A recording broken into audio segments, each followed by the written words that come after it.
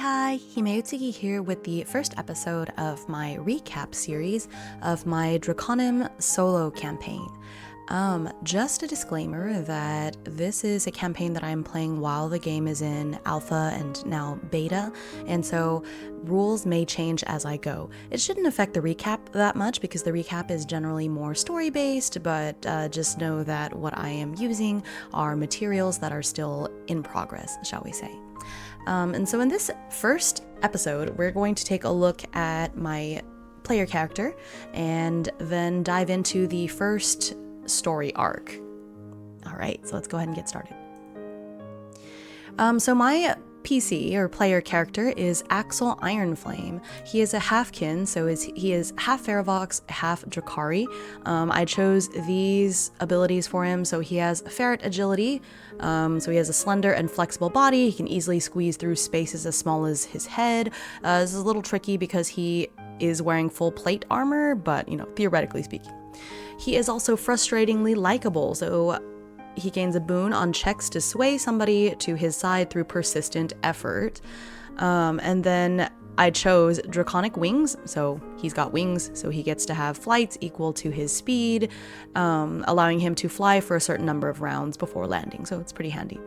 So a quick piece on his background. So Axel is 23. Currently at the beginning of the story, he is 23 years old. So he's born and raised in the little town of Gaelrend, and he spent the last few years as part of the town watch. He greatly enjoyed and was proud of his time as a watchman, as he was able to protect Gaelrend and his family while building up camaraderie with his fellow watchmen.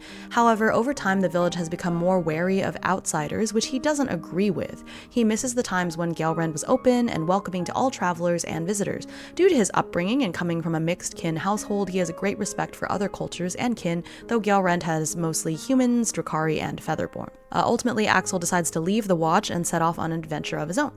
His time as a soldier in the Watch has made him rather disciplined, so he always wakes up at 6 a.m. no matter what, which is very relatable to me, and he is rather pragmatic.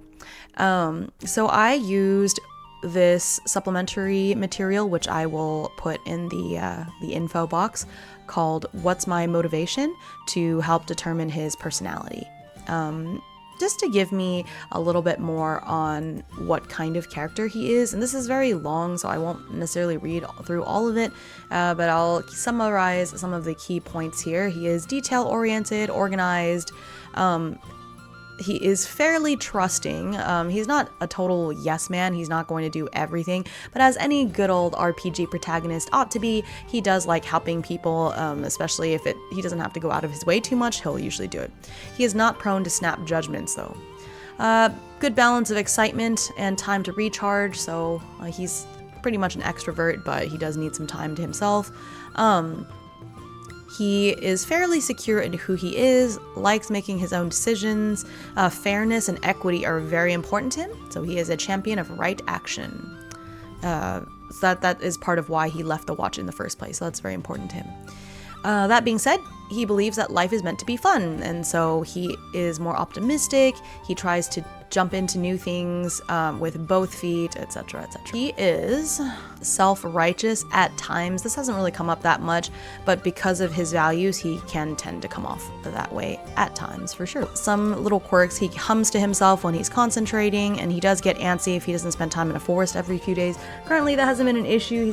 We're pretty much surrounded by nature all the time, but still. He is motivated by the dream of success, of making his family proud, and of honing his skills for it. I haven't decided what path I want him to go down, which is a mechanic in Drakonym, where you kind of have to do a quest in a way to unlock these paths, and so I have them in the back of my head, and I just want to see where the story takes us.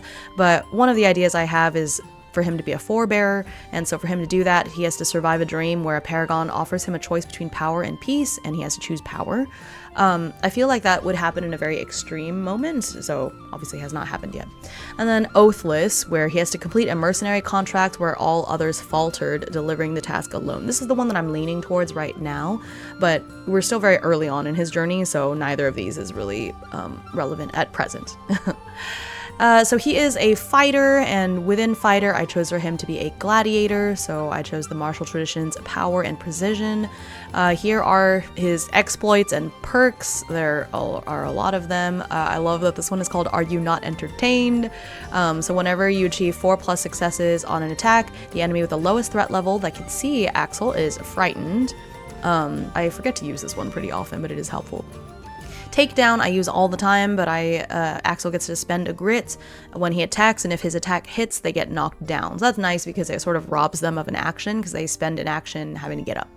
Hesitation is death. I love this one. When attacking a creature that is alone, so they have no adjacent allies, they cannot use armor to prevent damage, so his attacks go straight through their armor, which is great.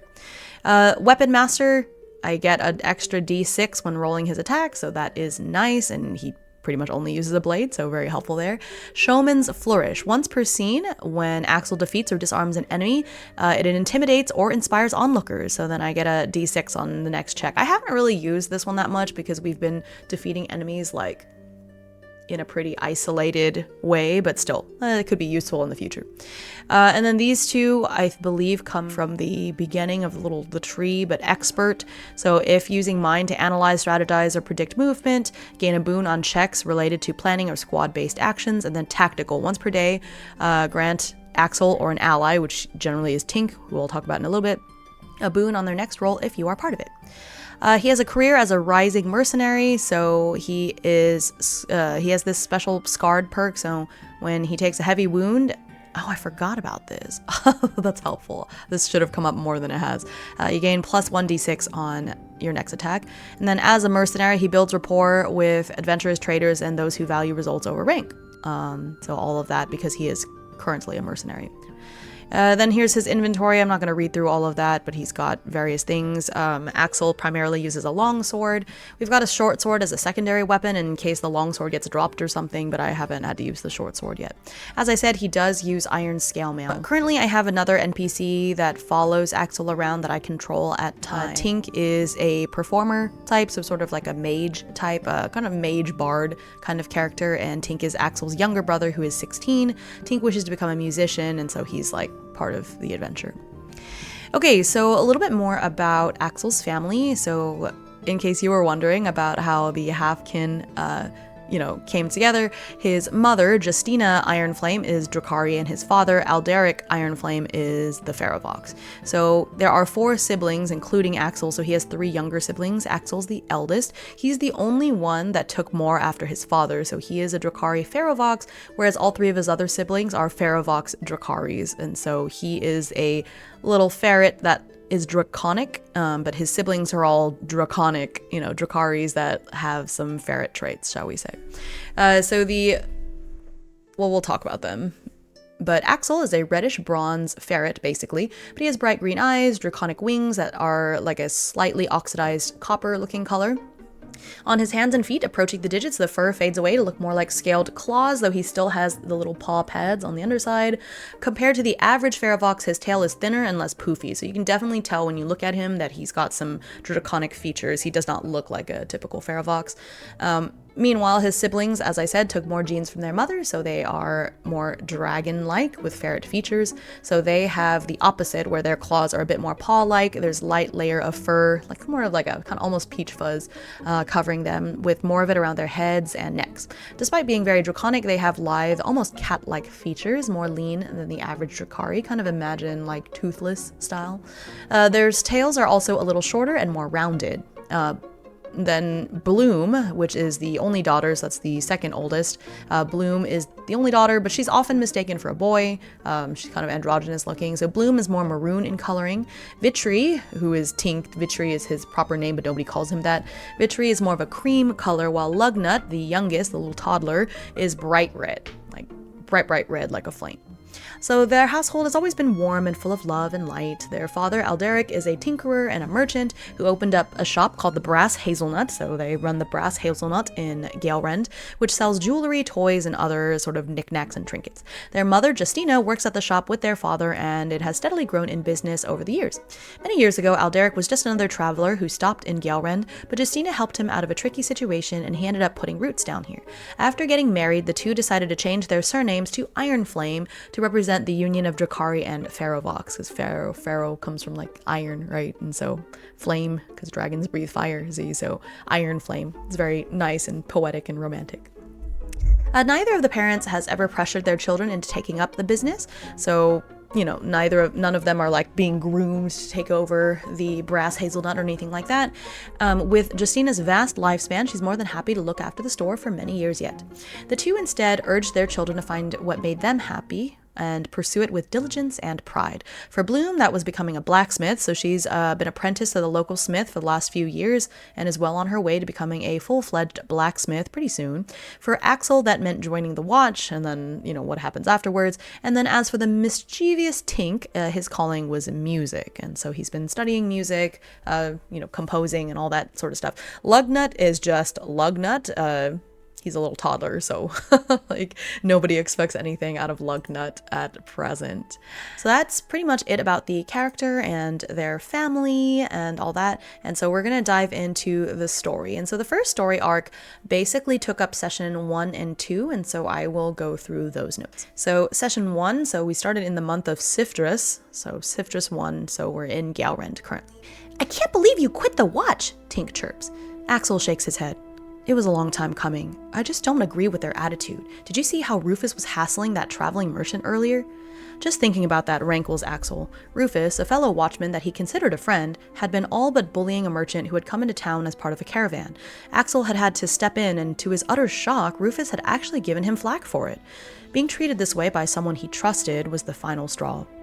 Ever since Constable Thorne was assigned to the Watchfire Tower, things had been changing.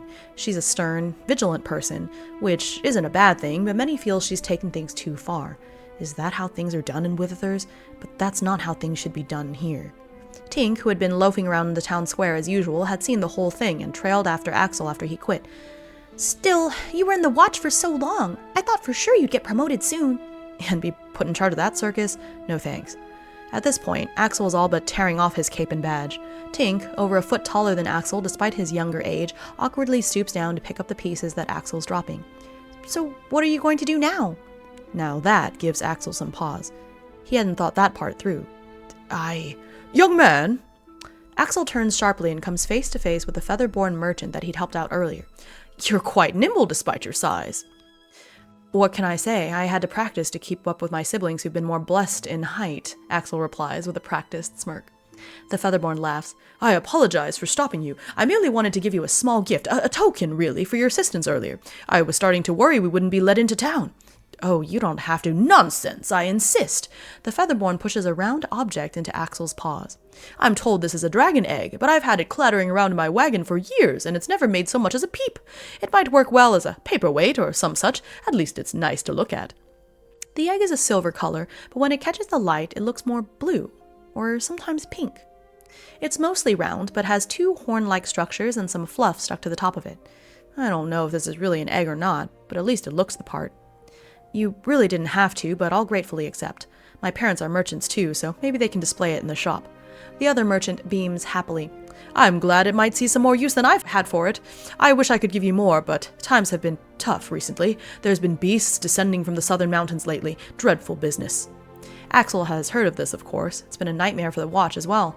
After another round of thanks between both parties, Axel and Tink head to their family's store, the Brass Hazelnut. It's a little gift shop where their parents sell their father's many trinkets, bits, and bobs that he creates while his mother charms the shoppers. Hey Ma, take a look at this. Axel plunks down the supposed dragon egg onto the counter. He expects her to laugh, or to perhaps tilt her head in bewilderment, but to his utter surprise, his mother's eyes widen like saucers. Oh, sweet Yala, where on Akaroth did you get this dragon egg? Huh? It's really a dragon egg? Tink asks. Justina's eyes narrow as she lets out a sigh. Do you really think a Drakari would fail to recognize a dragon egg? Really now, children? Axel's not sure he fully comprehends the logic. Drakari are so far removed from the dragons of ancient times that it'd be weirder for one to recognize a dragon egg, in his opinion. Still, he doesn't feel like getting walloped by his mother for pointing it out. Before he can say anything, in fact, Tink says helpfully, This merchant gave it to Axel as a gift for helping him out. Really? That was kind of you. Alderic, their father, emerges from the back room. Well, it was nothing. Yeah, but the whole incident made Axel so mad he quit the watch. You what? Both parents burst out in shock, and so Axel has to spend several minutes explaining everything. Again. I see. I'm proud of you for sticking to your morals, kid. Galren's not as welcoming a place as it used to be, Alderic sighs. Justina puts a clawed hand on his shoulder reassuringly. The Hazelnut's an established business. No one in town sees you as an outsider after all these years. I know, dear, but it's not about that. Axel's right. It's not fair to treat visitors that way. I get that everyone's on edge with the monsters and bandits roaming about, but still, it ain't right. Actually, maybe you'd be interested in this, Axel. Justina passes over a flyer. A man came by and asked us to display it in the window. It's an ad from a mercenary company called the Stormbreakers. They seem to be looking for new recruits. They have offices all over Batesian, but their headquarters is in Withers, of course. Being a mercenary means that Axel would have to leave town on assignments. He's only known Galrend all his life, barely ever going past the forests nearby, but something in his gut tells him that this is the right move. His heart yearns for adventure, and now one has come knocking. He takes the flyer from his mother with a solemn nod. Son, you know we've always encouraged you kids to spread your wings. We'd never want to hold you back. But be careful. I will, Pops. I'm coming with you, Tink blurts out. I can help. Tink, you'll just get in your brother's way, Justina frowns. No, I won't. I don't have to fight or anything, but I want to be there, close to the action. I feel like if I follow after Axel, I'll get to see something real heroic. And isn't that what all bards want? To be able to capture those moments in song? There's something very convincing about the way Tink says this, so much so that both their parents give up on dissuading him. So I tried to dissuade him with a mind-soul check, but I failed. Axel tries to talk Tink out of it. After all, it won't be safe, and they'll often have to travel long distances, but Tink is firm in what he wants, and ultimately Axel can't really stop him. Fine, but don't blame me if you get hurt. I won't. I'll stay back. But in the worst case, I know how to defend myself. Sure, Tink. Justina pushes the egg towards them. Take this with you. What? Why? Dragon eggs will only hatch if they've been infused with enough spirit. That comes from nature, from the world around us. That egg will never hatch if we keep it in this dusty place. Besides, she smiles down at her eldest son, I believe everything happens for a reason. I think you were meant to have this egg. Maybe you'll be the ones to see it hatch. Wouldn't that be something? But Axel doesn't refuse, carefully stuffing it into his bag. Still, the surface of the egg is so tough that he's sure he won't have to worry about it breaking. Signing up for the Stormbreakers is easy enough. It turns out to be a sort of adventurer, mercenary, hybrid club, with new recruits like him racking up points from going on easier quests. It isn't until he's proven himself that he'll be allowed to go on missions that take him further away from Galrend. Still want to come along? He asks Tink, who nods almost frantically. You're not getting rid of me, Axel. Besides, I know you'll rise up in the ranks soon. You sure seem to have a lot of faith in me. You were in the Watch for years. Maybe you don't know how people talk about you or see you, but I do. I'm telling you, if you didn't quit today, you would have been promoted sooner or later. You're leader material. Axel isn't sure how believable that is, coming from a green teenager, but still, it's comforting somehow. It's a strange way to start the new year, but Axel feels a change in the wind. Right, the next day, Sifdros 2. The next day, Axel takes his first official quest as a Stormbreaker. A caravan has vanished. Traders are whispering of glass-faced predators. Sounds like it might be shard wolves. And so in the solo rulebook, for each of the named hexes, like towns like Galrend, they have a list of these sort of hooks and things that you can use to inspire your adventures, and so that's what I took the glass-faced predators and a vanished caravan, and so I decided to connect that with shard wolves, since they sort of have like glass, these glass shards in them. So that's a way that you can take the oracles and the little clues and things given to you by the rulebook and sort of run with it. There's been sightings of those before, but never so far north as Galrend. The whisperings of more monsters coming down from the Vindithak Mountains paints a worrying picture. Axel is sent out with another Stormbreaker, a Gnawborn scout named Remy. Remy takes a pointed glance at Tink. Who's the tag-along? Which, by the way, I also generated Remy completely from the tables, like there's NPC generation tables in the alpha version of the solo book that I've been using, and I think it's very funny that he turned out to be a Gnawborn named Remy, because it's like Ratatouille, but yeah, so anyway, quick aside. My kid brother, he'll stay out of the way, he just wants to get some inspiration for his music. One of those poet types, I gotcha. Wait, that big dragon's your brother? Remy stops and gives Axel once over. I don't know how I missed your wings. Axel's wings are typically neatly folded behind him, so they're not instantly visible unless looking at him from the side. It happens. Our ma's a Drakari. Huh, interesting. Well, I don't mind him being here if you don't. The three of them set out from the southern gate of Gelrend. Rufus is there on watch and glowers at Axel as they pass. What's eating that guy? Remy asks. Nothing. Axel shoved him to the ground yesterday. For a good cause, of course, Tink helpfully adds. You've got some fire to you, huh? Makes sense since you're part Drakari. I don't think that has anything to do with it.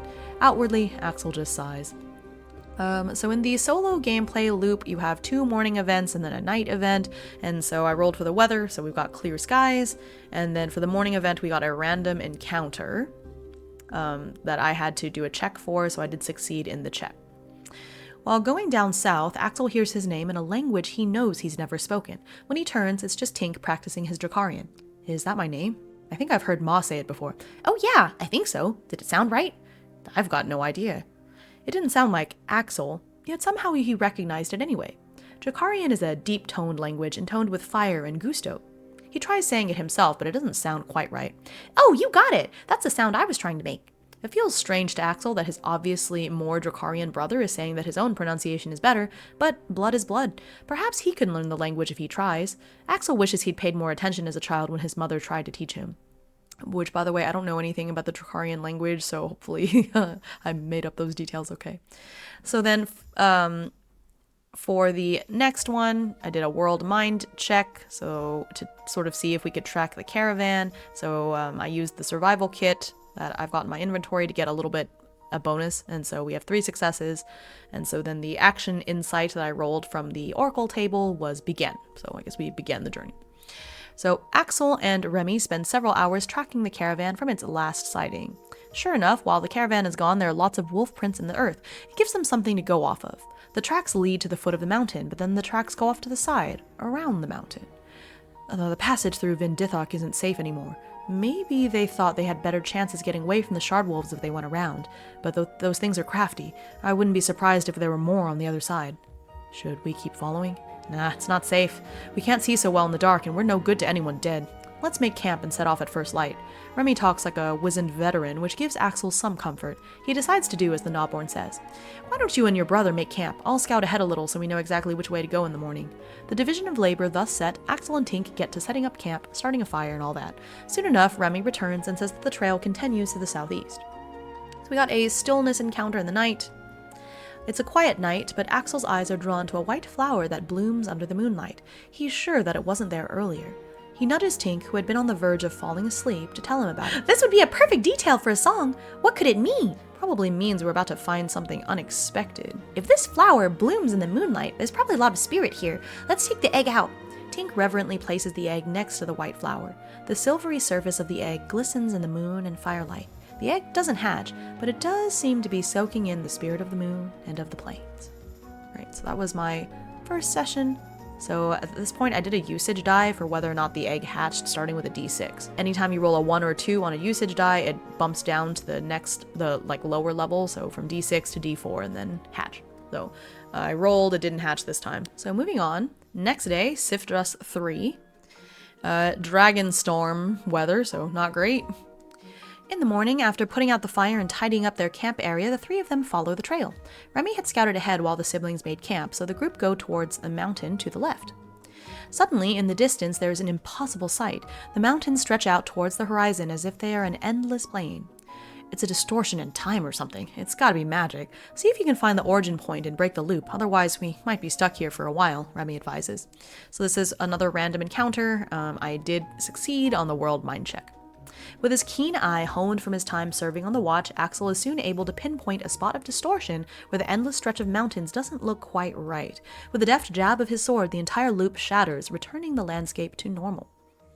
Then we had a general encounter, which I generated, like, it was a NPC, and so I sort of used some of the oracle to get their want, trying to flesh them out a little bit, and that's what oracles are good for.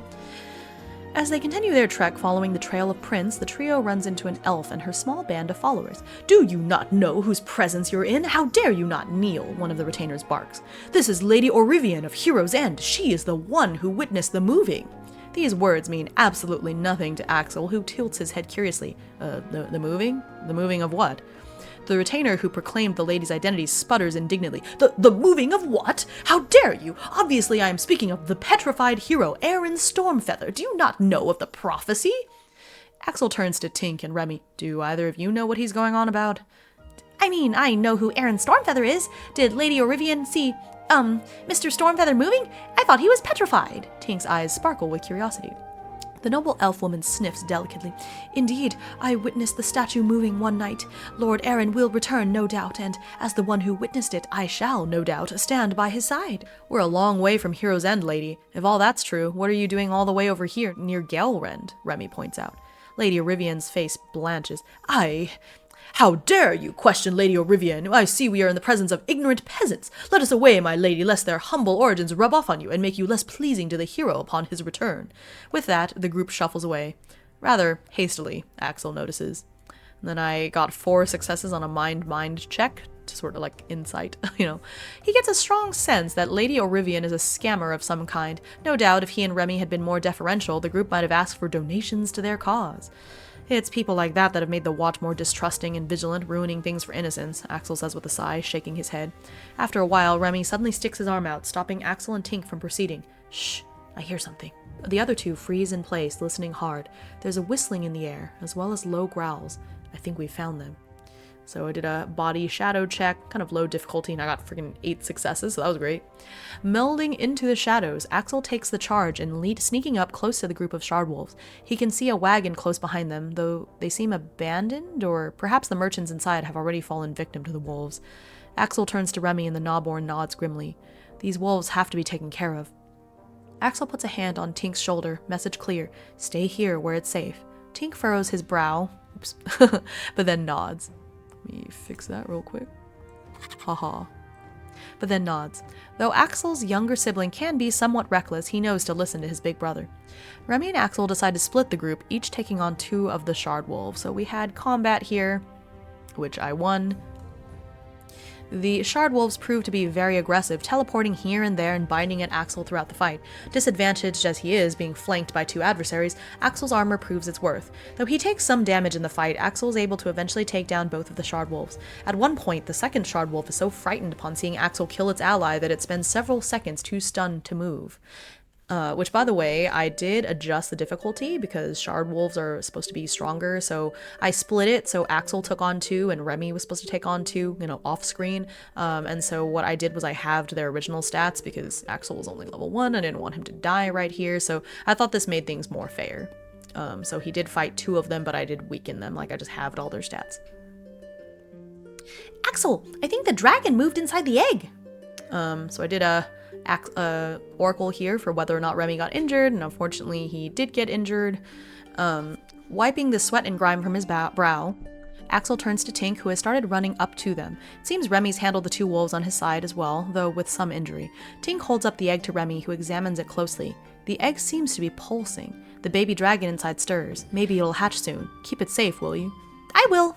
Are there survivors? So I did another oracle here is very unlikely, so that's, you know, there's different odds based on the likelihood, and so I did very unlikely since it had been some time and there were so many wolves, so unfortunately there were no survivors. The 3 look over the wagon, but there doesn't seem to be any survivors, just some darkened bloodstains. The wolves, of course, had no interest in the wares that the merchants were carrying, but there's far too much of it for the 3 of them to bring back. Remy volunteers to stay behind to keep the wagon safe from thieves. Make note of the location in your report so they can send more Stormbreakers out. I'll stay with the wagon until then. So I did a mind world check with 0 successes to sort of get an idea of, like, the implications of all this happening, but unfortunately I failed that, so Axel's got no thoughts. As he works on writing up a report, Axel looks over the wagon while humming to himself, but can't seem to find any symbols or documents showing which merchant group owns it. Remy stands on his tiptoes to pat Axel's shoulder. Don't worry about it. HQ will figure it out. But still, I can't believe there's shard wolves this far north, Tink says with a gulp. It's a little funny to Axel to see his younger brother so nervous about this, given his size, but Tink's no fighter. It's times like this that Axel knows that despite his fierce looks, Tink's still just a child at heart. I don't know what's causing them to come up this far, but hopefully this deters any more attacks for a while, Axel replies grimly. With the night settling in, they decide to make camp near the wagon before Axel and Tink depart in the morning. So then, nightfall.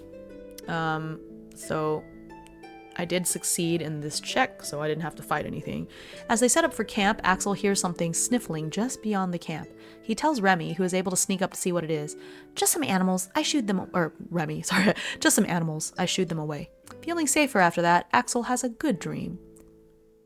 The moon smiles, you feel completely seen and accepted. It was a nice dream. Alright, so the next day, after making sure that Remy is well situated, Axel and Tink begin their trek back to Gaelrend.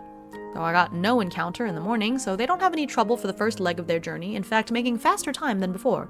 At this rate, we might make it back to Gaelrend by nightfall. How are you feeling? Tired? Axel asked Tink.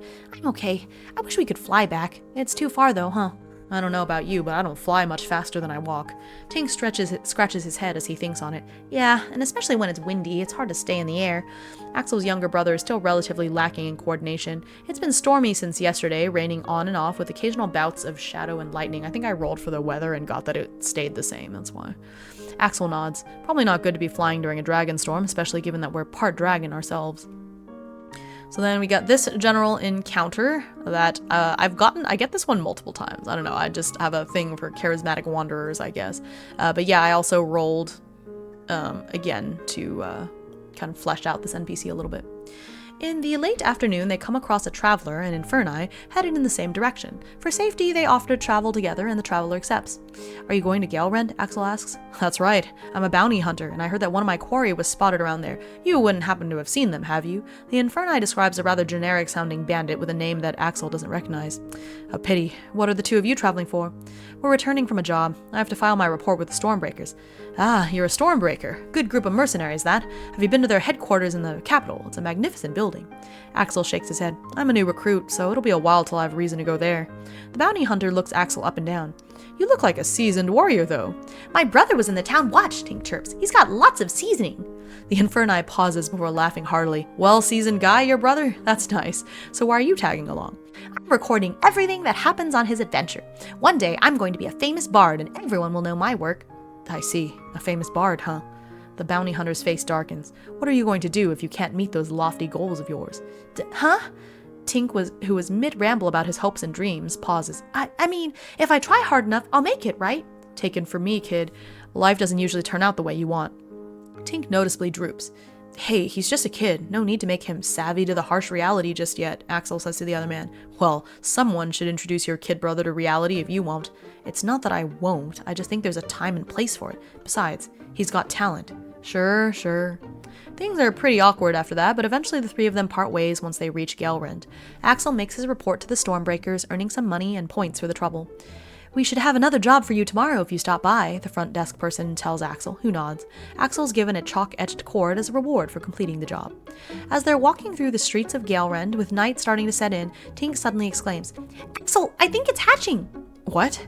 "I felt it move again! A lot this time!"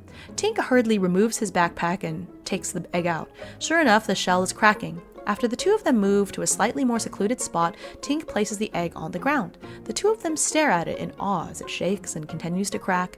And then, before long, there's a little baby dragon sitting there, staring up at Axel with large, unblinking eyes. "Oh, it's so cute!" Tink exclaims. Axel has to agree. They watch as the dragon attempts to stand, falling down a few times as it wobbles on its little legs. After a few tries, the little hatchling finally manages to stand up and gives a triumphant little squeak. Squeak! It's certainly very different from the Drakari that Axel has seen. It's a full dragon after all. I don't know much about dragons. Let's take it home to Ma and see if she knows anything. Tink tries to pick the little dragon off the ground, but it demurs. It still follows after them, however, so Axel determines that it must be rather independent by nature. "I think we should call it Opal. It glistens different colors like an opal." "I think that's a fine idea, Tink," Axel laughs. The two reach home before long, and the entire Ironflame family is astonished to see them with the hatchling. "I know I had you hold on to it, but still, I didn't expect her to hatch so soon," Justina says, voice full of surprise. "How do you know it's a her?" Tink asks. Justina launches into a brief explanation of dragon biology that goes over Axel's head, so he just takes it at face value. "We decided to call her Opal. Opal, upon hearing her name, runs around in circles in obvious excitement. A fine name. She seems to think so too, Justina laughs. Well, Axel, she seems pretty attached to you already. Probably imprinted or something. Great, I'll have another tag along. Can you tell what kind of dragon she is, Ma? Hey, just because I'm a Drakari doesn't mean I know everything there is to know about dragons. You could probably find out more at the library, though the Gaelrend library is pretty small, it's worth a shot. Axel nods, resolving to check tomorrow after receiving his next job as a Stormbreaker. He spends the rest of the evening tending to his wounds and spending time with his family. Alright, and that pretty much brings the first story arc to a close, and so Axel quit the watch, got the dragon egg, finished his first mission, and the dragon egg hatched, and it was all perfect. And so we did roll again, and so she hatched in that moment when they got back to town. So I thought that was pretty good. I basically rolled the usage die every time we got to like an event, and so that's where that happened. I thought that the story, that placement of it in the story was pretty much perfect. Okay, and so that's going to be it for this recap. In the next recap, you'll see the next mission that he goes on and what happens with that. And this is just the beginning of Axel's adventure, so I hope you are interested and stay tuned for the rest. Thanks for watching!